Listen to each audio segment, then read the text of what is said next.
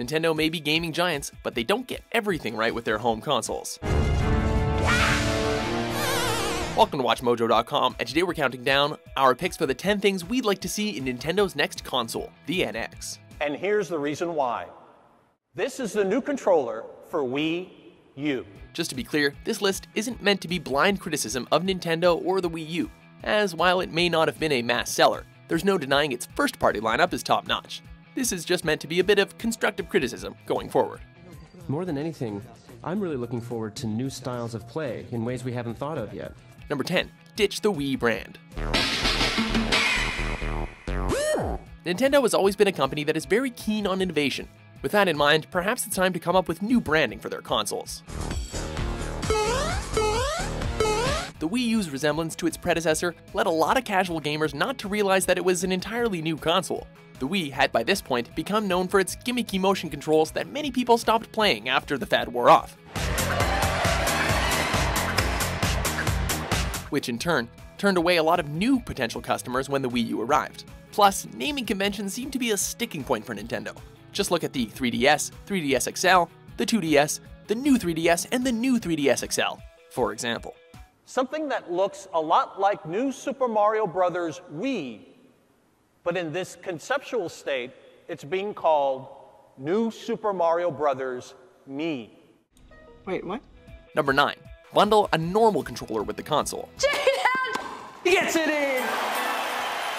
Rightly or wrongly, these days most controllers have the same basic setup. While we like innovation, we feel that it would be great to stick with the controller shape that has become standard. I'm down! I'm out! You don't tell anyone about this. Oh, we do. They already have the Pro Controller, but it doesn't come with the console. For the NX, we'd suggest that they package a simple controller with the console, something that will appeal to hardcore gamers who didn't think controllers needed to be improved upon in the first place. It kind of looks a lot like the Xbox 360 controller, but the layout is just a little bit different. Obviously, you can still have your unique flair, but a back-to-basics approach might be more widely adopted by new customers. But I'd just like to see them put the headset in here, just try to make it a simpler process and less things you have to worry about whenever you're playing the game. Number 8. Options for a virtual reality controller attachment. Though it may bring back memories of the infamous Virtual Boy flop, the time is probably right to bring virtual reality back to Nintendo consoles, or at least offer it as a side option for those who want to play it that way. Remember, we can do more than 2 colors now. There's only one problem.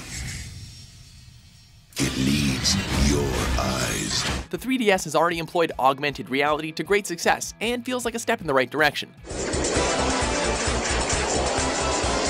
With the slow burn introduction of systems like the Oculus Rift and Project Mobius, virtual reality gaming is set to take off in a huge way, and Nintendo have the potential to be on the front line once again.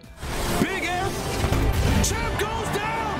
What a move! He's in the clear, a few seconds remaining. Number 7. Looser Let's Play restrictions.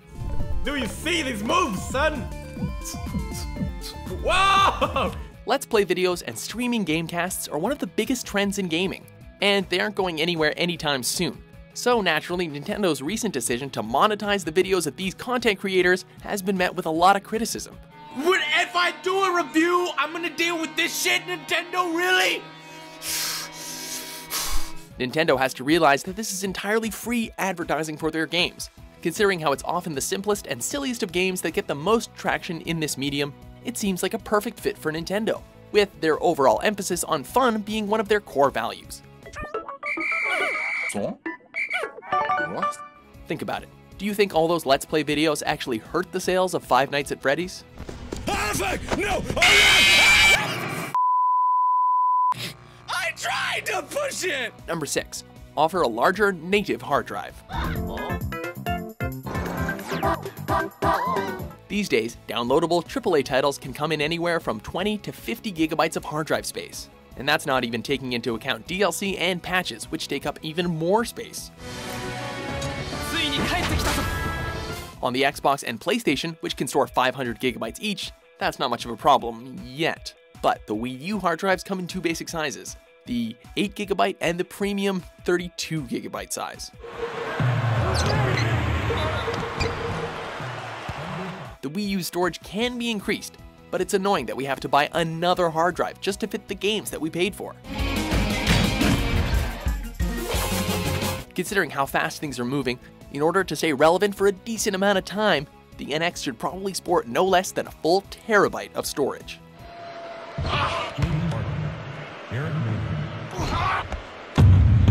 Number 5. Graphics and specs on par with their competitors. Allez, mon ami, on est parti du mauvais pied.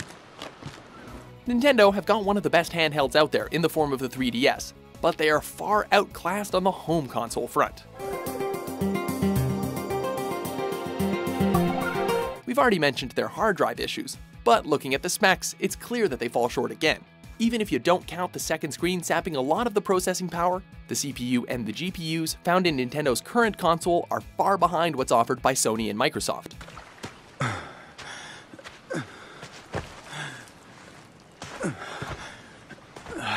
Plus, even the competitors are having a tough time hitting 1080p 60 frames per second. So the NX is going to need a major boost in order to meet today's brutal demand for graphics.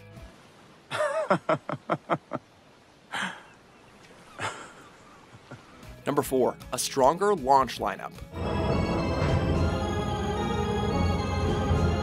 A console is only as good as the games it can play, so why buy a new console with no good new games? I'm on my way. Just behave yourself for a bit longer. In the past, they've had some extremely strong launch titles like Super Mario Bros., Super Mario World, and Super Mario 64 that were not only system sellers, but groundbreaking titles in their own right. Compare that to the Wii U, with strong titles like Super Smash Bros. And Mario Kart 8 that weren't released until 18 months after the launch. You gotta have a reason to line up to buy this thing on launch day, and Nintendo definitely has the names, they just need the games.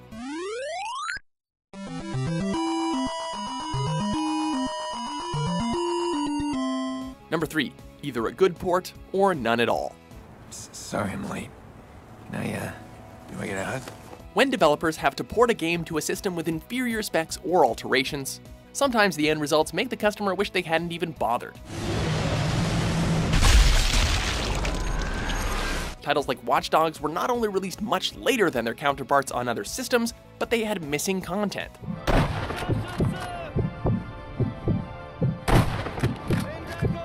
These late releases often lacked the DLC missions, and some games like Sniper Elite V2 and Batman Arkham Origins lacked the multiplayer modes found on other platforms. You do realize it is Christmas Eve, sir. This relates to our point about stronger hardware. If you can keep up with the other consoles, you can have a lot of the same games. Do you think this is strong enough? Look, did you know his voice? Oh, Jesus, Aiden, just leave it. It's fine. Number 2, more new intellectual properties. Splatoon is a good step in the right direction, but waiting for years for a new Zelda or Mario game is not enough to build a strong console community with. Oh, I heard a metallic sound. That sound tells you that your arrow has hit the right spot and damaged your enemy. While these games will always sell, the gaming powerhouse needs to come up with some more reasons to buy the console, and for that they need stronger exclusive titles.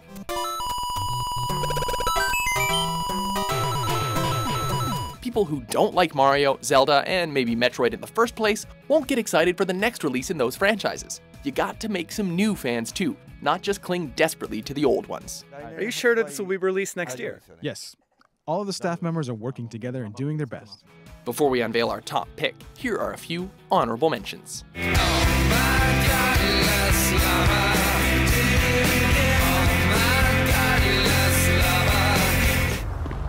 That's crazy! Mr. Musk, how are you?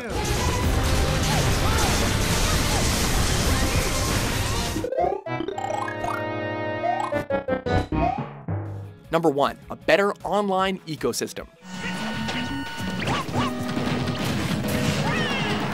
Sometimes it's good to say what Nintendo does right.